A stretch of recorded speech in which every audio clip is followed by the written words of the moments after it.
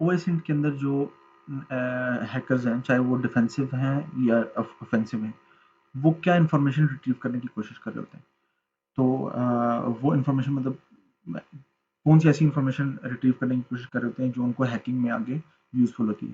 तो वो technical infrastructure की इन्फॉर्मेशन रिट्रीव करने की कोशिश कर रहे होते हैं, लाइक आईपीज, कोई भी जो कंपनी के पब्लिकली एक्सपोज सर्वर्स हैं उनकी आईपीज हो गई, उनके होस्ट नेम्स हो गए, सर्विसेज हो गई, क्या क्या सर्विसेज कंपनी प्रोवाइड करती है, वेब सर्विसेज कौन कौन सी हैं, नेटवर्क्स किस किस टाइप के हैं और कितने नेटवर्क्स हैं, सॉफ्टवेयर कौन कौन से यूज़ हो रहे हैं कंपनी के अंदर, हार्डवेयर कौन कौन सा लगा हुआ है, फॉर एग्जाम्पल कौन से राउटर्स हैं, कौन सी फायरवॉल्स हैं। उसके बाद ऑपरेटिंग सिस्टम अंदर कौन सा यूज़ होता है, लाइक विंडोज़ यूज़ करते हैं एम्प्लॉइज़, या विंडोज़ 10 यूज़ करते हैं, विंडोज़ 7 यूज़ करते हैं, सो ऑन। उसके बाद इसी तरह जो डेटाबेस से आपको डिफरेंट इन्फॉर्मेशन मिलती है, कंपनी की फाइनेंशियल इन्फॉर्मेशन कहीं पब्लिकली पड़ी हुई होती है, कंपनी के जो प्लान्स हैं वो किसी एम्प्लॉई ने गलती से पब्लिक कर दिए हुए होते हैं, एंड सो ऑन। तो ऐसी जो चीज़ें जो पब्लिकली अवेलेबल होती हैं, आपने उनसे डाटा रिट्रीव करना होता है।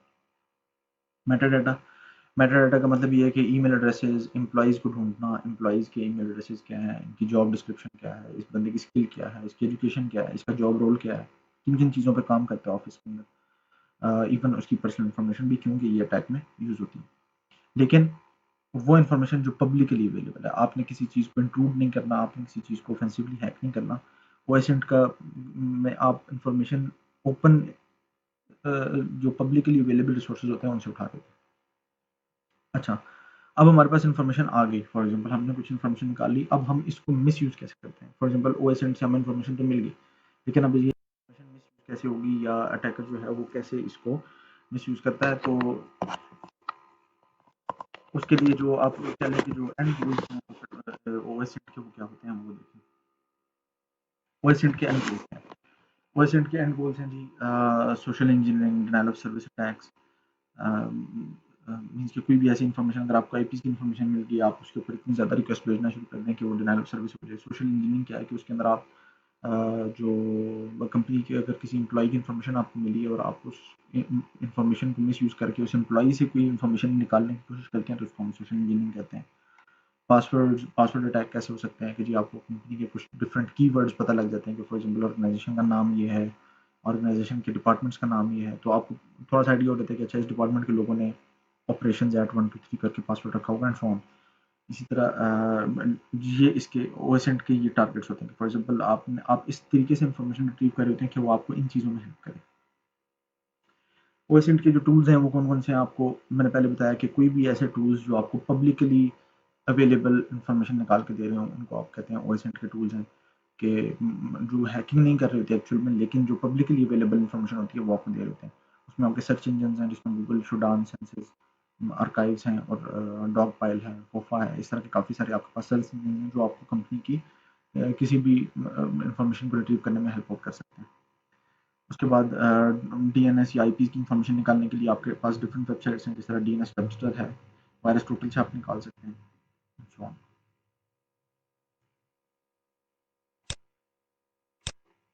अच्छा, उसके बाद है जी web application attacks. Web application, for example आपने ओएसएंट करके या जो पब्लिकली अवेलेबल इंफॉर्मेशन थी उसको रिट्रीव करके किसी वेब एप्लीकेशन को टारगेट किया कि अब ये वेब एप्लीकेशन है जिसको आपने टेस्ट करना है, या इसके अंदर से वल्नरेबिलिटीज को आइडेंटिफाई करके एक्सप्लॉइट करना है। वेब एप्लीकेशन अटैक्स, आप सिंपल ये समझ लेंगे, जैसे अभी हमने देखा था कि साइबर सिक्योरिटी के अंदर क्या क्या आ रहा होता है, उसमें information security, application security, IoT security, network security. तो ये पार्ट जो वेब एप्लीकेशन वाला है, ये एप्लीकेशन सिक्योरिटी में आता है कि आप इसमें वेब एप्लीकेशन को टेस्ट कर रहे होते हैं, वेब एप्लीकेशन को हैक करने की कोशिश कर रहे होते हैं, ताकि आप उसको सिक्योर कर लें, ताकि कोई हैकर आपसे पहले उसको अटेम्प्ट ना करे। तो इन शॉर्ट कि वेब एप्लीकेशन की जो असेसमेंट है वो आप क्यों करते हैं, कि वेब एप्लीकेशन के अंदर कोई ऐसी वल्नरेबिलिटीज़ या वीकनेस आप आइडेंटिफाई करने की कोशिश कर रहे होते हैं जो कोई हैकर उसको मिसयूज़ करके एक्सप्लॉइट कर सकता है।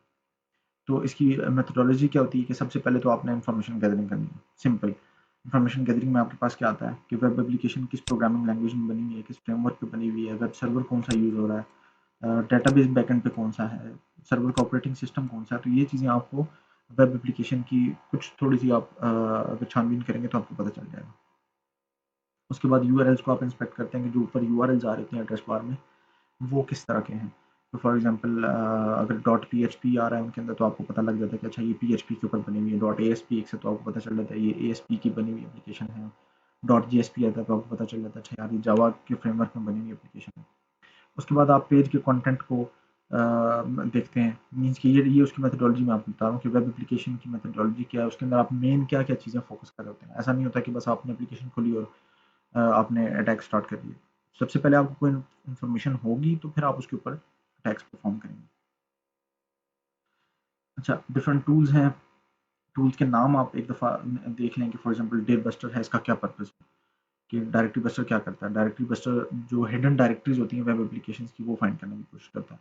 बर्प सूट क्या होता है, बर्प सूट एक प्रॉक्सी है, एचटीटीपी प्रॉक्सी जो आपके ब्राउज़र और सर्वर के दरमियान एज ए इंटरसेप्टर काम करता है। कि फॉर एग्जांपल आपके ब्राउज़र जो रिक्वेस्ट सर्वर पे जा रही है, जो बर्प सूट है ये वो रिक्वेस्ट को इंटरसेप्ट करता है और आप इसको देख सकते हैं कि इसमें एक्चुअल में इस रिक्वेस्ट में क्या जा रहा है। फिर इसी तरह जो सर्वर आपको रिस्पॉन्स भेजता है उस रिस्पॉन्स को आप इंटरसेप्ट करके देख सकते हैं कि क्या रिस्पॉन्स आ रहा है आपके ब्राउज़र के ऊपर। अच्छा, उसके बाद जो वेब एप्लीकेशन वल्नरेबिलिटीज़ हैं, इसमें जो आपके पास मेजर वल्नरेबिलिटीज़ हैं जो हमने डिस्कस की हैं वो है एक cross site scripting. Cross site scripting क्या होती है, आप सिंपल इसको ध्यान में इस तरह से रखें कि अटैकर जो है वो अपना जावास्क्रिप्ट का कोड इंजेक्ट करने की कोशिश करता है वेब एप्लीकेशन के अंदर।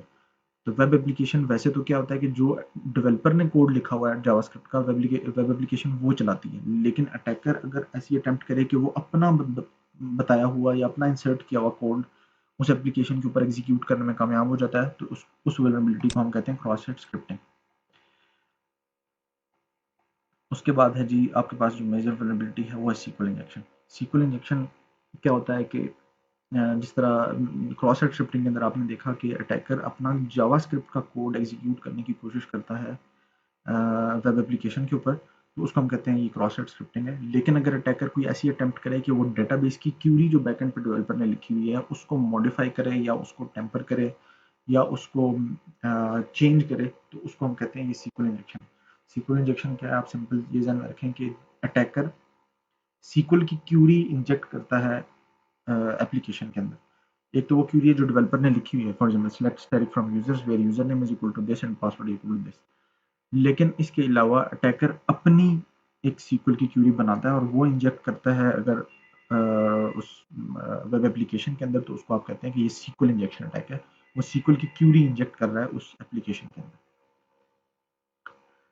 ठीक है, इसको आइडेंटिफाई करने का तरीका क्या है सीक्वल इंजेक्शन को, कि आप सिंगल कोट लगाएंगे किसी भी इनपुट फील्ड के ऊपर, तो अगर आपको एप्लीकेशन एरर दे दे या उसका रिस्पॉन्स चेंज हो जाए। एरर किस तरह से देगा कि for example there is a syntax error in SQL query, तो उसका मतलब है कि यहाँ पे सीक्वल इंजेक्शन है। तो इसको एक्सप्लॉइट करने के डिफरेंट टूल्स हैं, उन टूल्स का name for example SQL map है, एसक्यूएल निंजा है। इसके अलावा और भी काफ़ी सारे डिफरेंट टूल्स हैं जो सीक्वल इंजेक्शन को एक्सप्लॉइट करते हैं।